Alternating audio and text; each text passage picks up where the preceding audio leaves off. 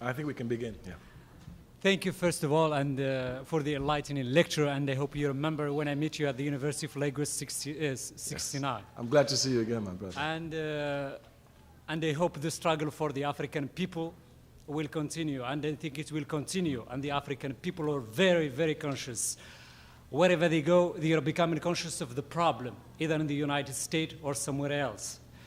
And even the American people themselves, they are becoming aware of the struggle that the African, they are leading, and they are trying to help themselves. Because when I came here, and many of the African people, the same situation, African or ignored as a kind of curiosity to come to them. But I think most of them are becoming aware of the African people, that they exist as a human being like them, and many of them, they share the struggle already. They're starting sharing the struggle. I just want you to ask some questions. Do you think, one question in fact, do you think socialism, Russian I mean here, or communism is fit for the African people? Or the African people should create their own socialism or their own communism, something which is very congenial to their own culture, to their own ideology, instead of importing another ideology, Russian? Because personally, I do not believe that the Russian socialism or the Chinese communism is or fit for the African people. The African people have to produce, because the Russian socialism, it was for the Russian people, not for the African people, like the NATO, or even to some extent the United Nations. And here I go beyond. The United Nations or the NATO was not for the African people, because they were not created, not motivated by the African people. So I think you have to think about the idea of importing Russian or communism or any foreign ideology to Africa. We have to create from our intelligentsia, for our knowledge, as you refer to it, we have to create our consciousness. Thank you so much again. Thank you for the question.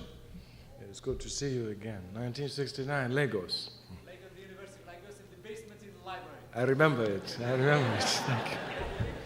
Well, the struggle continues. The struggle continues. We get stronger, as a matter of fact, more determined to win.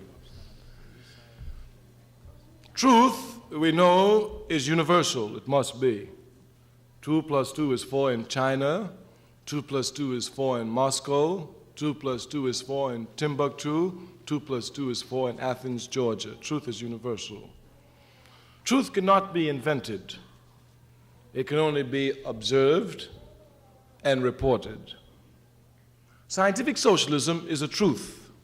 Of course, in our compilation of knowledge, in our attempts to help assist ourselves remember things, sometimes for the sake of remembrance, we may become a little bit sloppy about precision. Let me give you an example of what I speak.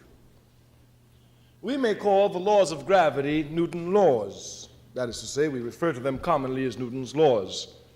Newton cannot invent that a body in motion tends to stay in motion unless stopped by an outside force. He cannot invent this. The best that Newton can do is to observe it, and the best we can do is to know that he might have been the first man to have recorded it, written or oral. But certainly, as a baby, I knew that a body in motion tends to stay in motion unless stopped by an outside force when I ran into an object. I say we call it Newton's law, but Newton couldn't invent it. He observed it. So too, we come to confuse socialism sometimes, and the capitalist system, wherever we make mistakes, will aid us in our mistakes. Aid us in our mistakes. Aid us to make them bigger, that is. Yeah. We come to see socialism sometimes as belonging to Marx, or belonging to Engels, or belonging to the Russians, or belonging to the Chinese. Not at all. Just as the laws of gravity cannot belong to Newton, so too the laws of socialism cannot belong to Marx. They cannot belong to Engels. The best that they can do is to properly observe these laws and record them. The best we can do is say, these are people who were the first we know to have recorded socialism, or concepts and precepts of socialism. Socialism is a universal truth. Its principles are, 1, that the people must own and control the means of production. Number 2, the system must be planned properly, and there must be all scientific and technique data used to improve it. Power must come from the people and be emanated by the people. I'm coming. That is to say that socialism in Russia, socialism in China, socialism in Europe, socialism in Africa must be the same like 2 plus 2. It may look different. Its manifestations will be different. There are different cultures. The culture of China is not the culture of Africa. Because they're different cultures doesn't mean that they're automatically antagonistic to each other. Not at all. The culture of Europe, the culture of Africa are different cultures. Therefore, the manifestation of socialism in Africa, the manifestation of socialism in China, the manifestation of socialism in Russia will be different. But the essence will be the same, as it is with 2 plus 2. If we went to China and we wanted to see 2 plus 2 is 4, they will do 2 plus 2 is 4 for us on the hibiscus board. If we go to Africa and we ask for 2 plus 2 is 4, they will do 2 plus 2 is 4 for us with the kauri beads. If we go to Russia and we ask for 2 plus 2, they may give us 2 plus 2 is 4 with wheat grain. They're different manifestations, but the essence is the same. The truth is there. Therefore, we in Africa must fight for scientific socialism. Those in Russia must fight for scientific socialism. And just since no one has a monopoly on socialism, it is not to be assumed that any one country will be the first to arrive at socialism. That one must be clear. And also, since no one has a monopoly on socialism, it cannot be assumed that if one country moves forward and makes mistakes and falls back and even seems to be revising its stand, that's no reason for us to be discouraged. On the contrary, we hold stronger to truth.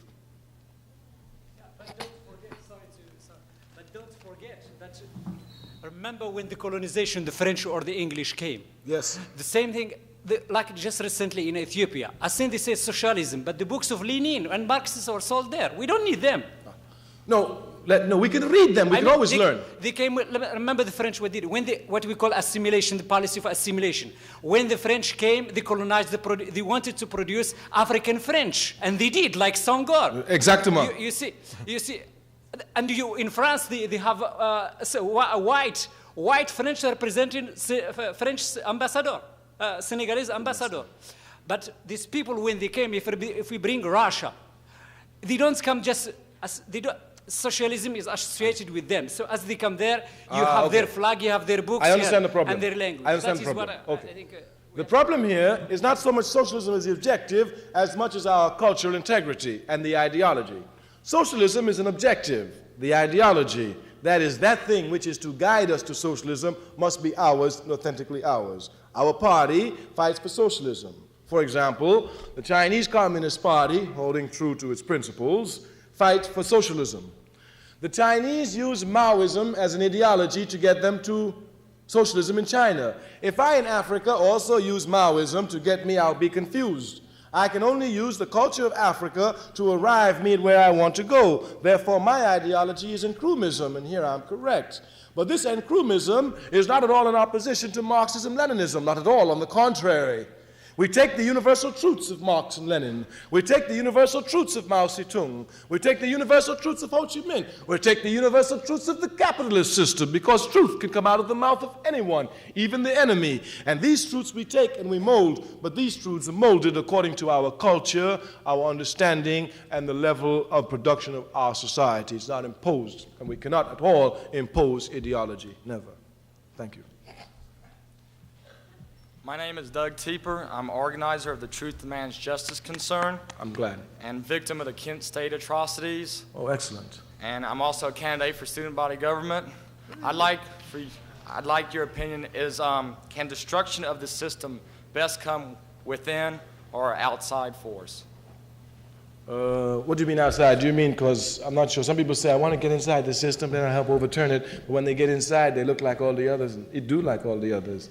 So do you mean to get in the system, or do you mean I'm not sure, are you talking outside or inside, physically or ideologically? Well, it must be ideologically, obviously. No, it can be physically, and there you can cause destruction within the system. Yes. Don't you believe that capitalism is a self-destructive system? It is.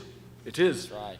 But, so can you not, if you obtain a position inside capitalism, can you not thus hurry the process? Yes, but you must hurry the process. What I say is that some people, if they're not careful, get into the process and automatically become contaminated with the process. As a matter of fact, the only safeguard against going into the system and messing with the system is when you have an ideology which is diametrically opposed to capitalism.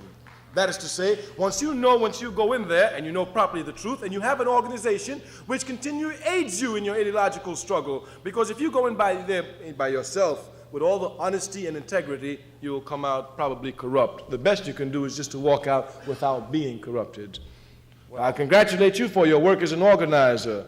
I salute you for your work on the Kent State. You should keep up the struggle. It is a just struggle. Do not be discouraged. I wish you good luck in your campaign. And if you get elected, use your office for the students. Use your office for the students uncompromisingly. Use it. The revolution comes.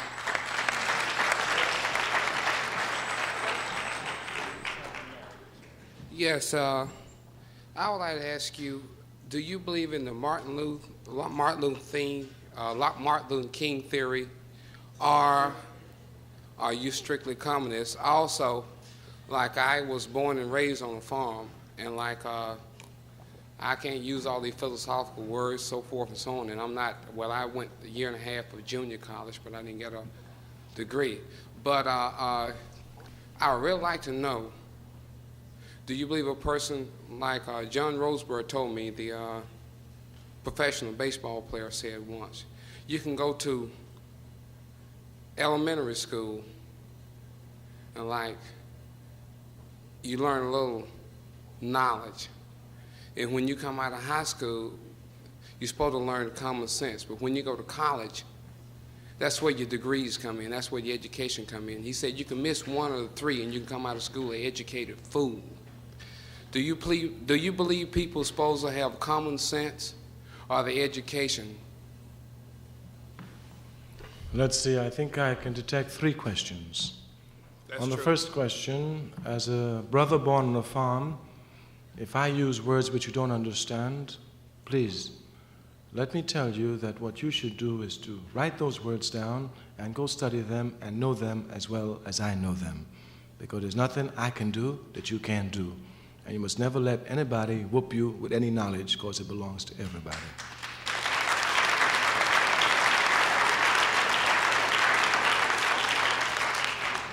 And as your brother, I urge you and encourage you to learn these words and to understand them, to know capitalism, to know communism, and to know socialism. I urge you to know them for yourself, not to take my word for it or anybody else's word for it, because there are forces that are fighting in the world over it. On your question about Dr. King, no conscious man, no conscious woman can have any principled disagreement with Dr. King. I, being a conscious man, striving every day to be more conscious than I was yesterday, can never have any principled disagreement with Dr. King. Dr. King was a man who demonstrated properly that above all the interests of the masses came first. He clearly demonstrated that the value of his life could never be questioned in terms of a relationship in regards to the people's interest. Myself, for me, this is the greatest good. This is the best life that a man can live. I, however, do disagree with Dr. King on certain tactical areas. Now, the confusion arises, again, when you make a mistake, you see the press will help to create and widen the diversions. The problem arises because Dr. King, while being a great man, while being a sincere man, while being a devout man, was a man who made some mistakes. The mistakes he made represent us because he fought for us. He came from us. He fought with us. Therefore, we have a responsibility to properly analyze the mistakes that Dr. King made so that we ourselves do not repeat these mistakes. The television press, the mass media, those who control the society today do not want this. As a matter of fact, they want to further confuse us. Let me show you how the confusion can arise. They can say, for example, Dr. Martin Luther King, and right out of Dr. Martin Luther King, next word coming out their mouth is nonviolence. So that when you talk about Dr. King, as a matter of fact, all you talk about is nonviolence. The very question which you raise is that when you say the Dr. Martin Luther King theory, I know what you mean to say, nonviolence. Dr. King's error was that he confused a tactic with a principle. Nonviolence is not a principle. It cannot be. It can only be a tactic. It is a means to achieve certain ends. Dr. King, because he was an honest man, because he was a sincere man, because he was a dedicated man, and because he had a history of theology, it was easy for him to confuse this tactic, nonviolence, and make it a principle. Once Dr. King made the confusion of making a tactic a principle, that is to make nonviolence, which is a tactic, a principle, Dr. King now had to say, because he was an honest man, that the only way we can achieve our liberation is through nonviolence. What he now did was to say the only way. If you examine properly this statement, it means that if Dr. King could achieve his liberation by getting an army together and a battalion together and waging some struggle with the army, he won't do it. That the only way he will do it is through nonviolence. Obviously, this is an error. Nonviolence is not a principle, it is a tactic. As a member of the Student Nonviolent Coordinating Committee, I didn't join the Southern Christian Leadership Conference because the Southern Christian Leadership Conference advocated that nonviolence must be a way of life, a principle. I joined the Student Nonviolent Coordinating Committee, which advocated that nonviolence was a tactic. That is to say, for us in SNCC, if we could achieve our liberation, if we could achieve our objective by being nonviolent, we'd be nonviolent. But if in order to achieve the liberation of our people, we have to throw some hand grenades, we're chucking them.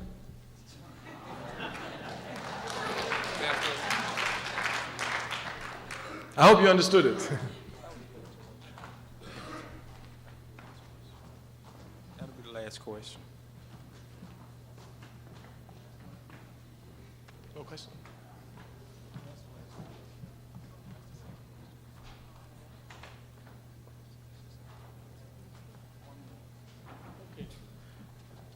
I've been following closely what has been going on in the press as regards the American Red China relationship. And I know that a lot of third world countries have been trying to emulate Chinese approach of socialism. And I'm not sure where this relationship between Red China and the US is going to, how this is going to change things, as far as the third world or developing countries are concerned. What do you think about this relationship? Is it going to help Chinese people in their drive towards socialism? The policies being directed by the leadership of China can in no way help the masses of the people of China. When the Chinese vice premier stands and tells us that America, China, and the so-called third world countries should join hands against the Soviet Union, he's a totally confused man. My biggest enemy is not the Soviet Union. My biggest enemy right now is Smith and Vorster and American imperialism. And I will not have him come and confuse me, just like the Americans can't tell me who my enemy is. He cannot tell me who my enemy is. He will not confuse me. My enemy is American imperialism. If he needs to join hands with America for Russia, that's his problem. That's his problem. But certainly he cannot sell out the interests of the millions of the Chinese people who struggle and suffer and move forward for socialism. It cannot be destroyed. The movement can only go forward. There are setbacks always, no reason to be discouraged with scientific development. They will go forward. He's only trying to confuse. My enemy is not the Soviet Union. Why I'm going to Soviet Union with Smith stand? Does it mean that I should join hands with Smith and we go fight the Soviet Union? He sounds just like Smith. He sounds just like Foster. That's just what they say. He's a communist, the Soviet Union that's giving them the guns to shoot us. He sounds just like him. No wonder he's in Zaire holding up puppet regimes in Africa. But we do not, of course, denounce the Chinese people. We know the people will move forward to freedom. But the reactionary leadership, it will die away as surely as Mao Zedong died. Mm-hmm. Well, we thank you. One more question, I'm sorry. I'd just like to state an opinion. You said that capitalism is backwards, and It should be Stupid, destroyed. vicious, Stupid, reactionary, repulsive. and barbaric. No, I didn't use the Yeah. word repulsive. That's too mild. Well, I'd just like to state my opinion that I think violence is barbaric and stupid and repulsive, and that's my opinion. But please, may I ask you a question, please? Just for clarification. All right, now, I'm not sure, are you agreeing that capitalism is bad or you don't think it's bad? I didn't say. Huh? I didn't say anything about it. But what do you think about it? Capitalism? Yes. Well,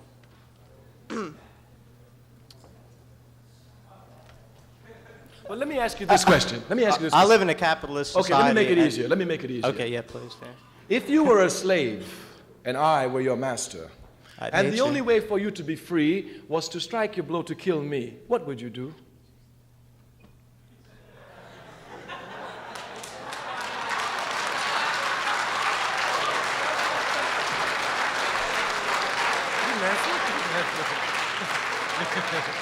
You didn't answer? Oh. I didn't hear him answer.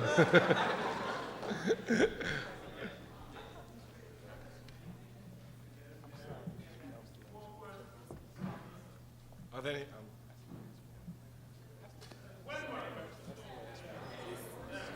Yes, we're ready.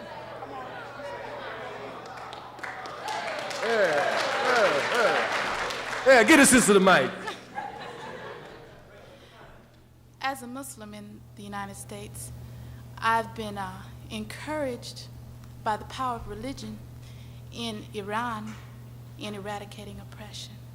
And I wonder if you would speak to, I'm a little nervous, I wonder if you would speak to that power, the power of the faith, and the unity of people in one God, and to see what role you think that plays in world affairs.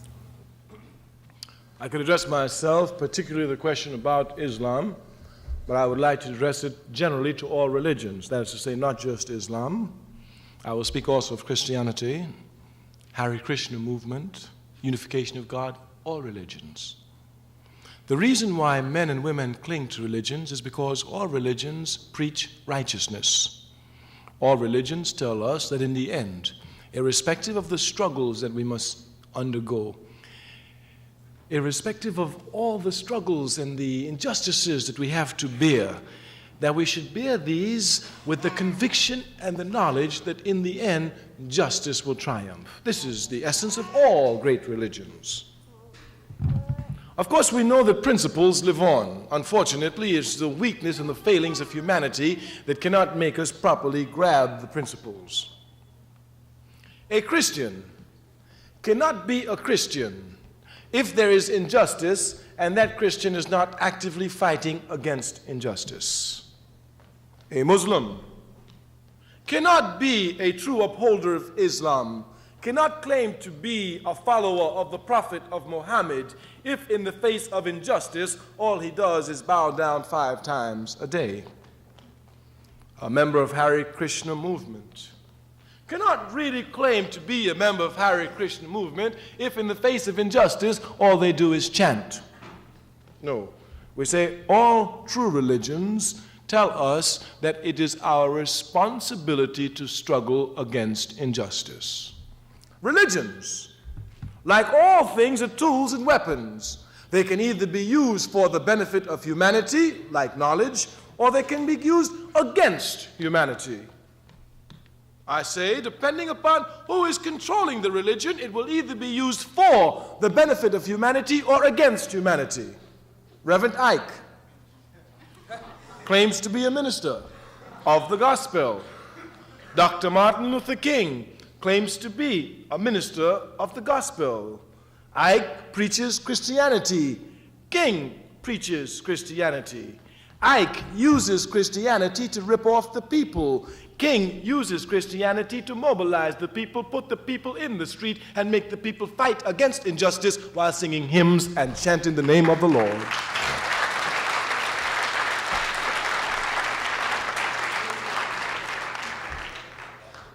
All truly religious people must be involved in struggles against injustice. All truly religious people must be revolutionary. If one says one is a Christian, if one says that one has the love of Allah in one's heart, if one says that one follows the principles of religions and one is not fighting against injustice, one is a hypocrite and the truth is not in one, and one is not a child of God, one is in fact a servant of the devil.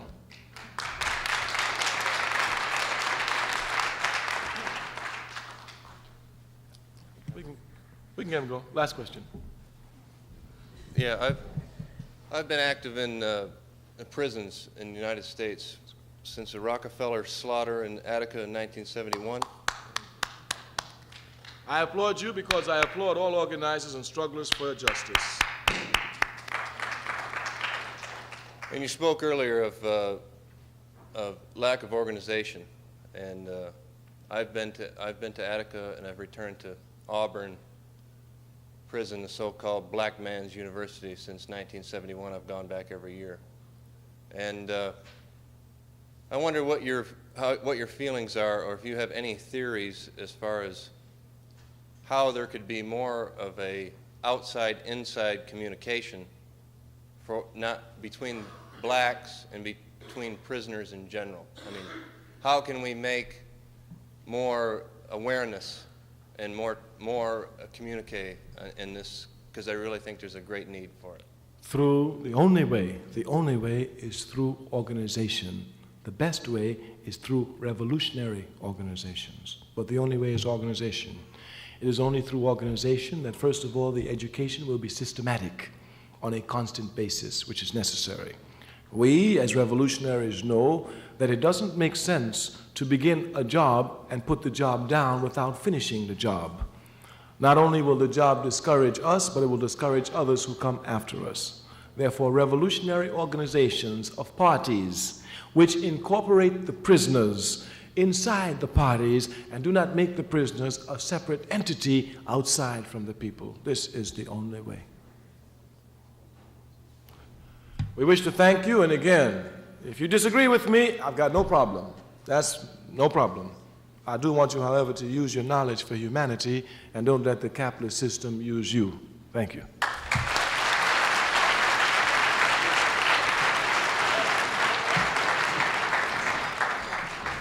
Those African students who are conscious, if you please just come on the right side of the room if you want to do some serious work for the people or hear about it. On the right side of the room.